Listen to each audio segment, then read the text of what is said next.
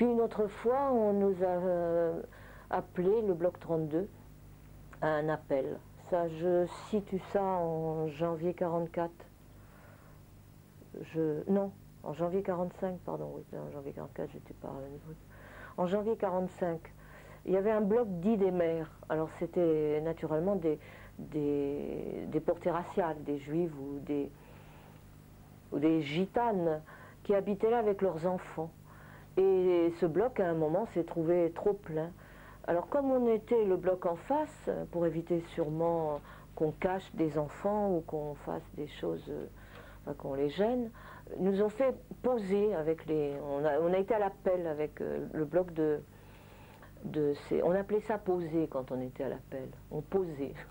Donc on a été posé là, donc en face le bloc des mères, et puis il y avait ces mères avec ses enfants. Et on attendait là longtemps, la matinée, peut-être même dans l'après-midi, je ne sais, le temps là n'avait plus trop de valeur. Et les enfants jouaient bien sûr, et je me souviens d'un petit bambin adorable. Ça vraiment, je ne sais pas en parler sans pleurer.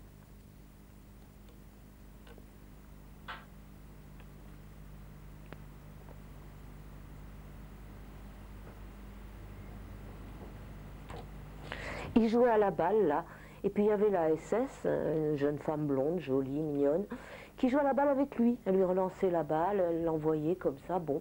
C'était un jeu, nous on se doutait absolument pas de ce qui allait se passer naturellement. Puis arrivent les SS et puis les camions. Et les femmes, les mères savaient, parce que c'était pas la première fois, c'était la première fois que moi je le vivais. Mais bon, de bouche à oreille, les choses se disaient. Et elles savaient ce qui allait arriver. Et nous aussi, plus ou moins, mais on espérait toujours le meilleur. Bon, enfin, il est venu le moment de la séparation des enfants. Et cette femme que je ne revois plus du tout, je ne revois que ce bambin là, tout rieur, pas trop maigre, beau, un beau bébé, il devait pas être depuis très longtemps en prison. Un gamin de 3 ans, hein, tout cassé. Sa mère l'a pris dans les bras, l'a serré très fort, elle murmulait. C'était des hurlements terribles, chaque mère serrait son môme. Dans un bloc, il y a beaucoup de femmes, plus d'1 millier de femmes, donc ça faisait beaucoup d'enfants. Donc chaque femme serrait son bébé. Et sous mes yeux, la petite SS blonde, là, une gamine qui avait mon âge, a arraché par les cheveux ce gosse à sa mère et l'a flanqué dans le camion. Ah, c'était insupportable, et on était là, impuissante à regarder ça. Bon, ben, les camions sont partis, qu'est-ce qu'on a fait des gosses? J'ose pas y penser, en tout cas, on les a plus revus. Et puis les mères, c'était pas des bébés, parce qu'en général, quand il y avait des bébés, les mères partaient avec elles. C'était des gamins à partir de 3 ans. Puis les femmes ont été réparties dans le camp, et le bloc s'est trouvé libre pour y remettre d'autres gens. Vous voyez, si vous voulez, à moi, il n'est jamais arrivé rien de terrible. Des choses pas agréables, mais vivre ça, vous en rêvez pendant 25 ans, hein, et au-delà. C'était affreux.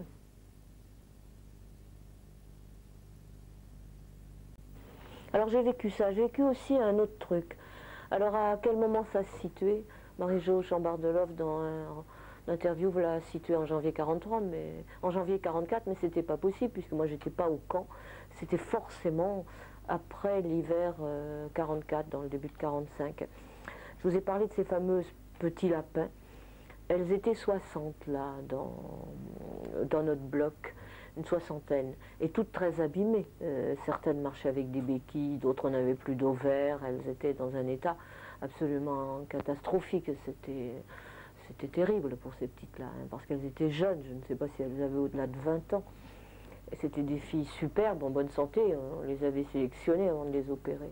Elles étaient là, donc, et pas malheureuses, parce que comme tous les capots étaient polonaises, à la cuisine et avec des polonaises, elles bénéficiaient entre elles, il y avait une solidarité extraordinaire, elles étaient bien rondes, elles étaient bien nourries, et c'était bien la moindre des choses, hein, parce que les pauvres, elles étaient dans un état physique.